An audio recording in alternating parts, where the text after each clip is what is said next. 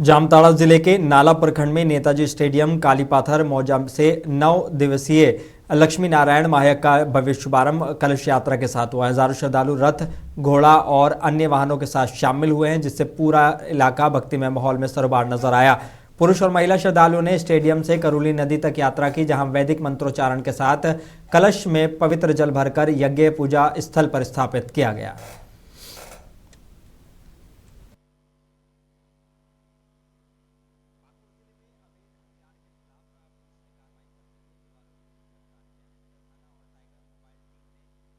के पास संदिग्धों को पकड़कर तलाशी ली, जिसमें एक आरोपी के पास काले रंग का देसी कट्टा बरामद हुआ है। गिरफ्तार आरोपियों की पहचान साल्फी शेख और सगीर शेख के रूप में की गई है, जिसमें सगीर शेख किन्नर समुदाय से है। मामले में आर्म्स एक्ट के तहत केस दर्ज किया गया है और दोनों को न्यायिक हिरासत में भेजा जा रहा है।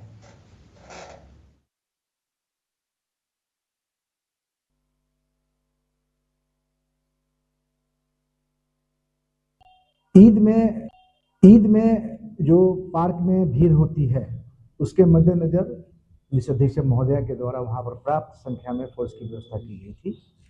कल संध्या में गुप्त सूचना प्राप्त हुई मैम को कि कुछ लोग लड़ाई झगड़ा कर रहे हैं और उनके पास हथियार भी है संभवतः। सूचना का सत्यापन हेतु हुए थाना प्रभारी अपने दलबल के साथ वहां पर पहुंचे और VIP रोड में 2 व्यक्ति को संदिग्ध हालत में हिरासत में लिया गया। उसकी विधिवत जमा तलाशी ली गई तो उसके कमर के से एक देसी कट्टा जिसमें एक गोली लोड था को पकड़ा गया। जब उस व्यक्ति से उस हथियार की वैधता और उसके कागजात के विषय में मांगा गया तो उसने कोई कागजात वगैरह नहीं दिखाया, है ना। तब उस व्यक्ति को विधिवत गिरफ्तार किया गया, आर्म्स की जब्ती सूची बनाई गई और दोनों व्यक्ति को गिरफ्तार करके थाना लाया गया। जब उस व्यक्ति से उस हथियार के स्रोत के विषय में पूछा गया कि तुम्हें हथियार कहाँ से प्राप्त किया हो, तो उसने बहुत ही महत्वपूर्ण सूचनाएं पुलिस को दी है, जो हमारे अनुसंधान का विषय है, जिसकी तहकीकात हम लोग कर रहे हैं। जो व्यक्ति गिरफ्तार हुए हैं वो एक अंजना का है और एक मनीरामपुर का है। जो व्यक्ति अंजना का है उसका नाम है सागिर शेख, जो ट्रांसजेंडर किन्नर भी हैं और किन्नर है, और दूसरा व्यक्ति सेल्फी शेख जो मनीरामपुर का है। यही ईद के खास मौके पर जामताड़ा में खेल उत्साह और भाईचारे का अद्भुत संगम देखने को मिला है। KGN क्लब सरखेलडी और पागडी द्वारा आयोजित भव्य नाइट क्रिकेट टूर्नामेंट में सांसद प्रतिनिधि अशोक मंडल, हाफिज एहतेशामुल मिर्जा, अकबर अंसारी सहित अन्य गणमान्य लोग मौजूद रहे। टूर्नामेंट में 16 टीमों ने भाग लिया और फाइनल में पिंडारी 11 ने सिंधी 11 को 26 रनों से हराकर खिताब जीत लिया।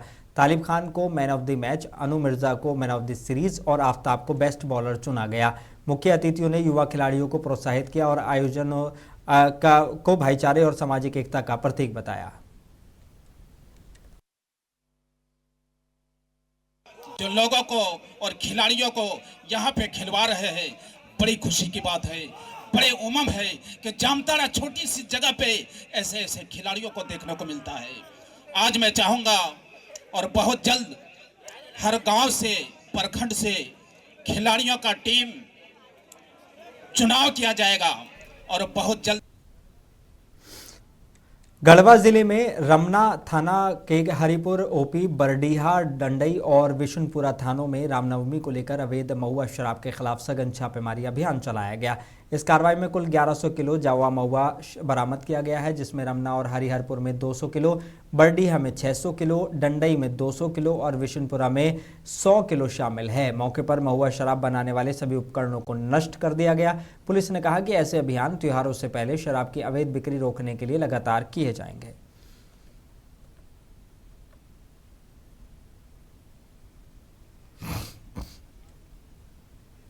धनबाद में DC आदित्य रंजन, SSP प्रभात कुमार और DDC सन्नी राज ने संयुक्त रूप से नशा मुक्ति जागरूकता कार्यक्रम का विधिवत शुभारंभ किया और टॉर्च रैली को रवाना किया।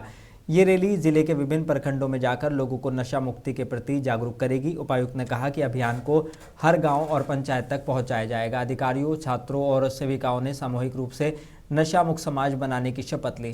28 मार्च को लुबी सर्कुलर रोड पर होने वाले कार्यक्रम में अधिक से अधिक भागीदारी की अपील की गई है।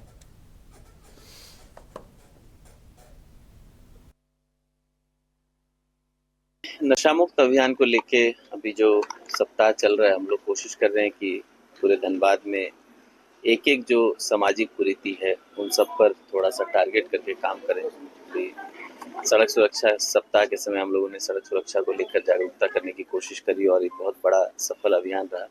अभी हम लोग नशा मुक्ति को लेके अभियान चला रहे हैं, समाज कल्याण विभाग की तरफ से चल रहा है और हम लोग की कोशिश है कि न सिर्फ जिला स्तर पर और प्रखंड स्तर पर बल्कि एक एक गांव, एक एक पंचायत स्तर पर इसकी जो है गूंज उठे। और इसी कोशिश में आज मशाल यहाँ से निकल रही है। यहाँ से गोविंदपुर ब्लॉक, फिर दूसरे ब्लॉक, तीसरे ब्लॉक करके सभी ब्लॉक में मशाल घूमेगी और कोशिश है कि इस संबंध में जागरूकता के साथ साथ जो नैतिकता है, जो कानून है, उन सब के बारे में लोग।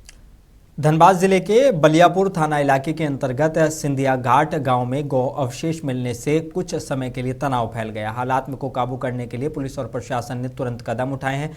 बलियापुर सहित आसपास के थानों की पुलिस मौके पर पहुंची, आक्रोशित लोगों को समझाया और शांत कराया। सिंदरी एसडीपीओ आशुतोष कुमार ने बताया कि कुछ असामाजिक तत्व सांप्रदायिक सौहार्द बिगाड़ने की कोशिश कर रहे थे। प्रशासन ने फ्लैग मार्च कराया और निगरानी बढ़ा दी। फिलहाल स्थिति पूरी तरह नियंत्रण में है।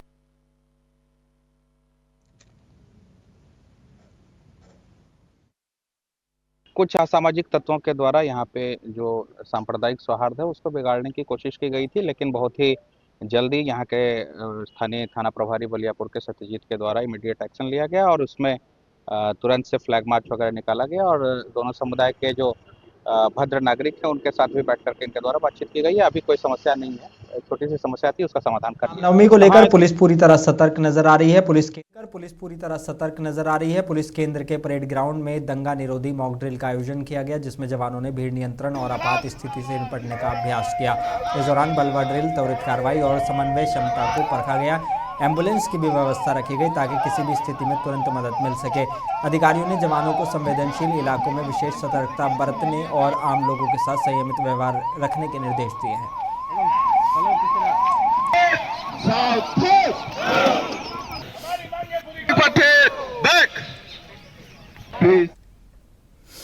धनबाद में राष्ट्रीय पिछड़ा वर्ग आयोग और भारतीय विद्यार्थी मोर्चा के बैनर तले रणधीर वर्मा चौक पर यूजीसी कानून लागू करने की मांग को लेकर एक दिवसीय धरना प्रदर्शन आयोजित किया गया। प्रदर्शन में भारी संख्या में छात्र और पिछड़ा वर्ग के लोग शामिल हुए। वक्ताओं ने कहा कि ये कानून छात्रों के अधिकार और सम्मानजनक शिक्षा सुनिश्चित करने के लिए जरूरी है।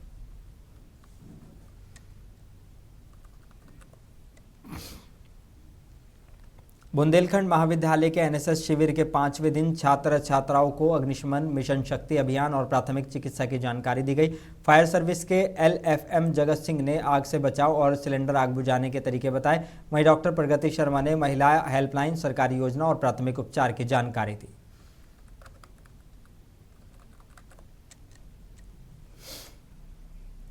महोबा के खरेला थाना इलाके के चंदौली गांव में बेखौफ दबंगों ने दिन दहाड़े खूनी खेल खेल दिया। कुल्हाड़ी और असलहों से लैस हमलावरों ने पिता पुत्र पर हमला कर दिया, जिसमें पुत्र की गोली लगने से मौके पर ही मौत हो गई, जबकि पिता गंभीर रूप से घायल हो गया। घटना के बाद इलाके में दहशत फैल गई। परिजनों ने गांव के ही दबंगों पर हत्या का आरोप लगाया है। बताया जा रहा है कि 2 सप्ताह पहले दोनों पक्षों में विवाद हुआ था। पुलिस ने घायल को अस्पताल पहुंचाया और शव को कब्जे में लेकर जाँच शुरू कर दी है।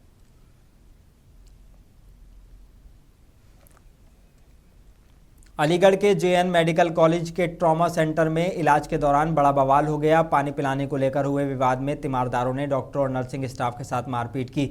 यहां तक कि सर्जिकल औजार से हमला करने की भी कभी आरोप है। घटना के बाद स्टाफ हड़ताल पर चला गया है और सुरक्षा व्यवस्था पर सवाल उठाए जा रहे हैं। फिलहाल पुलिस मामले की जांच में जुटी हुई है।